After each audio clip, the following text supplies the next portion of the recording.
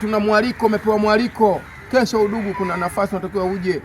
Wewe tena unasafisha kiwanja chote kile. Kwalu. Kinakuwa kama kiwanja cha kuchezea watoto. Unatakiwa uache udambu sawa, kusafisha uwanja sawa, lakini unatakiwa usafishe mlangoni hapa juu uache kama kiduku fulani. Inakuwa hata mtu mchezaji amecheza anakuja kudondokea kwenye nyasi hapo. Inakuwa kuna mizuka. Lakini wewe ukiambiwa tena bwana kuna mwaliko wewe tena ndo hata chungwa likimenywa likitolewa maganda yote haijulikani kama hili chungwa linatoka Tanga linatoka Morogoro.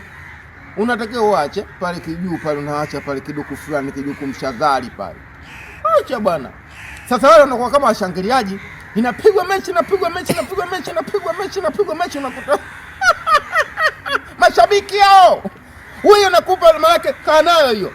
Muda mwingine unakija mpaka unajiuliza hapa siende miaka 30 kwa sababu umetoa kabisa ile utambulisho kwamba wewe naye mkubwa. Simechi. Kila kitu umetoa. Maana yake wewe ukienda uwanja wa Taifa unaonaje pale? Pa kuingilia panakuwa hapana nyasi. Kiwanjani pale juu lazima kuwe na nyasi. Maana yake hata mchezaji akidondoka na seleleka. Hujanielewa hapo wewe? Hizi hapa.